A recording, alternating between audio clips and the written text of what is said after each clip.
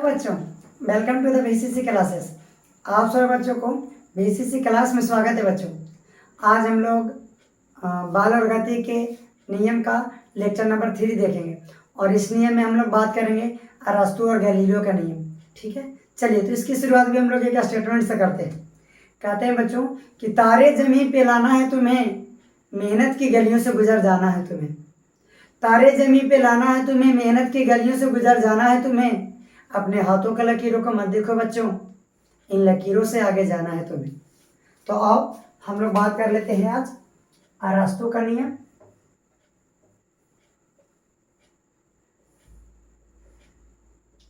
और गैलीलियो का नियम।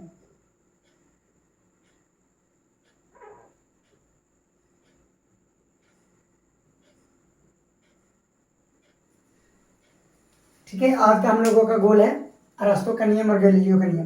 तो सबसे पहले हम लोग बात कर लेते हैं अरस्तू का नियम कि अरस्तू जी क्या बोले थे।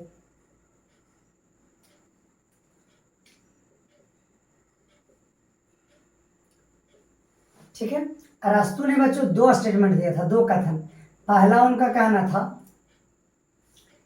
कि यदि किसी वस्तु पर परिणामी बल 0 है,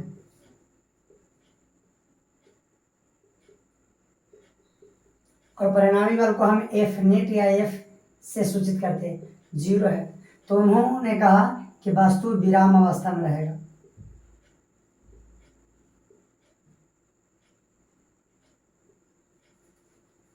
ठीक, दूसरा स्टेटमेंट का था बच्चा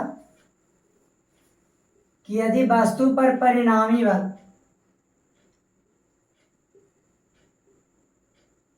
शून्य के बराबर नहीं है, अशून्य है, तब वस्तु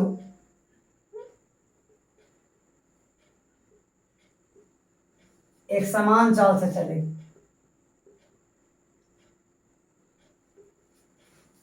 यानी उन्होंने कहा था कि वस्तु के एक समान चाल चलने के लिए वस्तु पर परिणामी बल 0 नहीं होना चाहिए। अब देखो, हमारे पास ये कोई वस्तु है, मान लेते हैं कि इसका मास m है और इस पे बल लग रहा है इधर से 20 न्यूटन और इस डायरेक्शन से लग रहा है 20 न्यूटन। आप बताओ इस पर परिणामी बल कितना होगा। तो अगर एफ नेट निकाले बच्चों परिणामी बल, तो अगर 2 गो बल विपरीत दिशा में हो तो परिणामी बल निकालने के लिए दोनों को घटाते हैं। देख लो, एक तो लग रहा है इस डायरेक्शन में, एक इसका विपरीत दिशा में, तो परिणामी बल यहाँ निकलेगा घटाने से 20 - 20, परिणामी बल आ गया 0। परिणामी बल चूंकि इस वस्तु का 0 है, इसका मतलब ये वस्तु विराम की अवस्था में रहेगा। परंतु इन्होंने दूसरा चीज क्या कहा कि यदि किसी वस्तु पर परिणामी बल 0 नहीं है, मतलब हमारे पास कोई वस्तु है जिसका मास m है, इस वस्तु पे इस दिशा से 30 न्यूटन का बल लग रहा है और उसके विपरीत दिशा से 50 न्यूटन का बल लग रहा है। तो इस वस्तु पर यदि हम नेट बल परिणामी बल की बात करें बच्चों, तो इधर लग रहा है 30, उधर लग रहा है इधर लग रहा है बच्चों 50 और उस दिशा में लग रहा है 30, दोनों एक दूसरे के विपरीत है, तो परिणामी बल घटाने से नहीं मिलता है। तो 50 में से 30 घटा तो कितना है 20। तो इस वस्तु पर परिणामी बल 20 न्यूटन लग रहा है जो कि शून्य नहीं है, तो इसका मतलब ये वस्तु एक समान चाल से चलेगा। ऐसा कहना था अरस्तू को कि अगर वस्तु रुका हुआ है उस पर परिणामी बल 0, परंतु अगर वस्तु पर परिणामी बल 0 नहीं है तो एक समान चाल से चलेगा। यानी कि अरस्तू का कहना था कि वस्तु को एक समान चाल से चलने के लिए उसमें बल का होना अनिवार्य है। बात समझ रहे हो? चलो देखो, इसको और हम समझाते हैं। जैसे हमारे पास कोई वस्तु है 10 kg का, इधर से बल लग रहा है बच्चों 100 न्यूटन और इस डायरेक्शन उसके विपरीत दिशा से भी लग रहा है बल 100 न्यूटन। तो बताओ इस वस्तु पे नेट बल कितना लग रहा है, परिणामी बल, इधर 100 इधर 100, दोनों विपरीत दिशा में, तो बच्चों 100 - 100 यानी 0 न्यूटन। तो उन्होंने कहा कि अगर वस्तु पर 0 न्यूटन बल लग रहा है, परिणामी बल यदि वस्तु का 0 है, तो ये विराम अवस्था में है, मतलब ये यहीं पे रुका हुआ रहेगा। परंतु उन्होंने दूसरा क्या कह दिया कि यदि हमारे पास कोई वस्तु है, चलिए मान लीजिए कि 10 kg का है और इधर से लग रहा है 100 न्यूटन का बल और इधर से लग रहा है 40 न्यूटन का बल, तो इस वस्तु पर पहले परिणामी बल देखिए। तो परिणामी बल पहले निकाल लो बच्चों। अगर हम परिणामी बल की बात करें तो 2 बल एक दूसरे के विपरीत दिशा में लग रहा है, 100 उधर और 40 इधर, तो बच्चों घट जाएगा 100 - 40 बराबर 60 न्यूटन। तो आप देख रहे हैं कि इस वस्तु पर बल 60 न्यूटन लग रहा है, जो कि शून्य नहीं है। तो इसका मतलब ये वस्तु एक समान चाल से चलेगा, ऐसा अरस्तु का कहना था कि एक समान चाल से चलने के लिए वस्तु पर बल अनिवार्य है। यस, चलिए अब हम लोग बात कर लेते हैं बच्चों कि अरस्तु का क्या कहना था। और ये हम सॉरी अरस्तु को नहीं, गैलीलियो क्या क्या कहना था। ये बात है बच्चों 384 से 322 बीसी ईस्वी के। अब लोगों ने ये अवधारणा को माना कि अगर वस्तु पर परिणामी बल शून्य होगा तो विराम की अवस्था में रहेगा, परंतु वस्तु को एक समान चाल से चलने के लिए बल की आवश्यकता होती है, ऐसा अरस्तु जी बोल गए। और बच्चों इस मान्यता को लोगों ने 2000 वर्ष तक स्वीकार किया, जब तक कि एक महान वैज्ञानिक गैलीलियो ने इस पर प्रश्न चिन्ह लगा दिया। सर्वप्रथम बच्चों गैलीलियो वो महान व्यक्ति थे जिन्होंने अरस्तु के कथनों पर प्रश्न चिन्ह लगाया, और ये बात है 1564 से 1642 ईस्वी के। ठीक, गैलीलियो का क्या कहना था, फिर दोनों को हम कंपेयर कर देंगे डिफरेंस। गैलीलियो का कहना था बच्चों कि यदि हमारे पास कोई वस्तु है और उस वस्तु पर यदि परिणामी बल यानी एफ नेट शून्य है तो इसका मतलब वस्तु विराम अवस्था में रहेगा।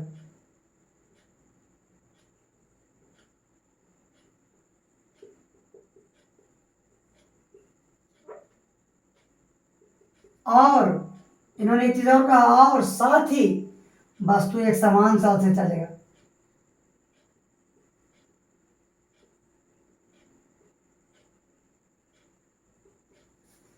देखिए क्या बोल दी गैलीलियो।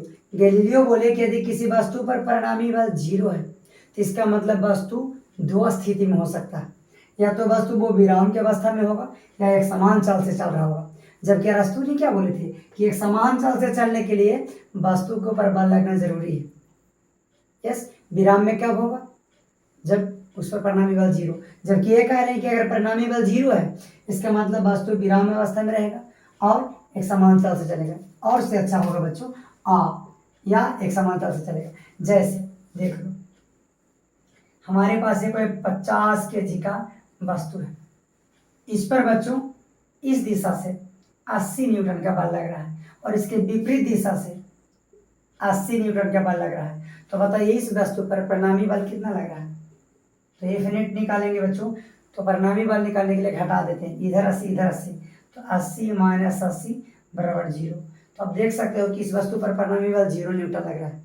इसका मतलब बच्चों ये वस्तु या तो विराम की अवस्था में होगा या तो एक समान चाल से चल रहा होगा, ऐसा गैलीलियो का कहना था।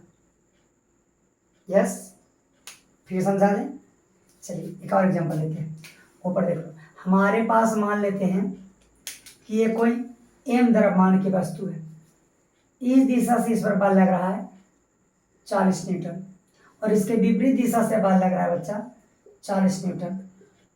ऊपर से इस वस्तु पर बल लग रहा है 50 न्यूटन और नीचे से वस्तु पर बल लग रहा है 50 न्यूटन।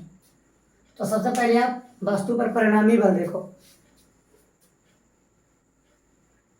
चलो परिणामी बल निकाल देते हैं बच्चों, एफ नेट इस डायरेक्शन में 40 न्यूटन, उसके विपरीत दिशा में 40 न्यूटन।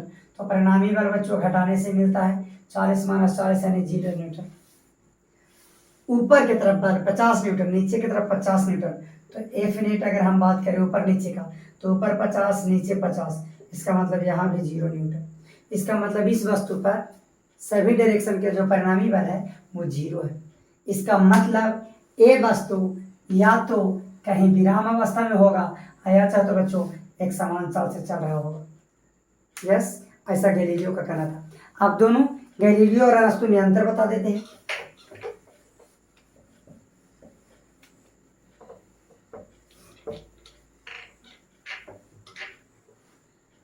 चलिए यहाँ पे अरस्तु का नियम और इधर बच्चों गैलीलियो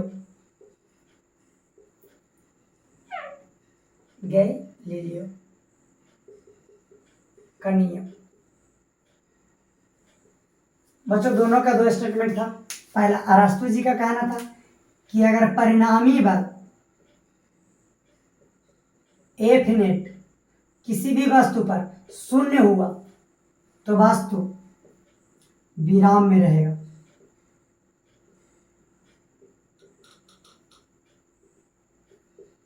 ठीक, पहला स्टेटमेंट था। दूसरा इनका स्टेटमेंट था कि वस्तु को एक समान चाल से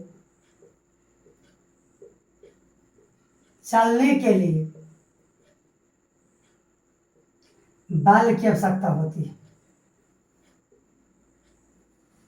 ठीक, अब जैसे एग्जांपल देखो, ये हमारे पास 10 kg का कोई वस्तु है, इस दिशा से बल लग रहा है 200 न्यूटन, इसके विपरीत दिशा से बल लग रहा है 200 न्यूटन। परिणामी बल निकालो, तो एफ नेट निकालोगे तो आ जाएगा कितना, 200 माइनस 200 यानी 0। तो इसका मतलब ये वस्तु विराम की अवस्था में है गैलीलियो के प्रथम स्टेटमेंट के हिसाब से, क्योंकि परिणामी बल 0 विराम अवस्था में। दूसरा स्टेटमेंट पुष्टि कर देते हैं। दूसरा स्टेटमेंट कहता है कि एक समान चाल से चलने के लिए बल की आवश्यकता होती है।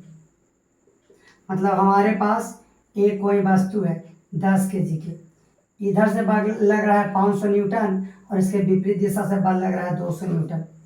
अब इस वस्तु पर यदि हम नेट बल निकालें तो 500 में से 200 घट जाएगा, तो 500 माइनस 200 यानी कितना न्यूटन, 300। इस वस्तु पर अभी परिणामी बल देखिए कितना लग रहा है, 300 न्यूटन। तो अरस्तु जी क्या बोले कि यदि वस्तु पर बल लग रहा है तो इसका मतलब वस्तु एक समान चाल से चलेगा। गैलीलियो का स्टेटमेंट सुनना बच्चों। गैलीलियो का स्टेटमेंट था कि यदि परिणामी बल, जिसे हम एफ नेट कहते हैं, यदि 0 है तो इसका दो अर्थ है, या तो वस्तु विराम में रहेगा बच्चों, और या तो वस्तु एक समान चाल से चलेगा। अब हमारे पास एक एग्जांपल है कि हमारे पास 10 kg का कोई वस्तु है और इधर से बल लग रहा है। मान लेते हैं कि इधर से बल लग रहा है 80 न्यूटन और इधर से बल लग रहा है 60 न्यूटन, 80 न्यूटन लगा, 80 न्यूटन। तो बच्चों अगर हम यहाँ एफ नेट परिणामी बल निकाले तो 80 माइनस 80 यानी 0। तो इस वस्तु पर परिणामी बल कितना लग रहा है, 0। तो इसका मतलब इन्होंने कहा, गैलीलियो ने, कि वस्तु या तो विराम अवस्था में होगा या एक समान चाल से चल रहा है। जबकि अरस्तु जी क्या बोले थे कि एक समान चाल से कब चलेगा, जब परिणामी बल 0 नहीं होगा। गैलीलियो जी क्या कह रहे हैं कि परिणामी बल 0 होगा तभी एक समान चाल से चलेगा। डिफरेंस देख रहे हैं, ए बोले परिणामी बल 0 तो विराम में रहेगा, ए बोले परिणामी बल 0 विराम में रहेगा। अभी तक तो ठीक। उसके बाद इन्होंने कहा कि अगर वस्तु को एक समान चाल से चलाना है तो बल लगाना होगा। इन्होंने कहा कि नहीं ना, अगर आप वस्तु को एक समान चाल से चलाना है आपको तो भी नहीं बल लगाना होगा। मतलब परिणामी बल 0 है तो भी वस्तु एक समान चाल से चलेगा। यही दोनों में अंतर था बच्चों। इसके बाद हम लोग न्यूटन का नियम देखेंगे। तब तक के लिए बाय। वीडियो को लाइक शेयर कमेंट करें। जय हिंद, जय भारत।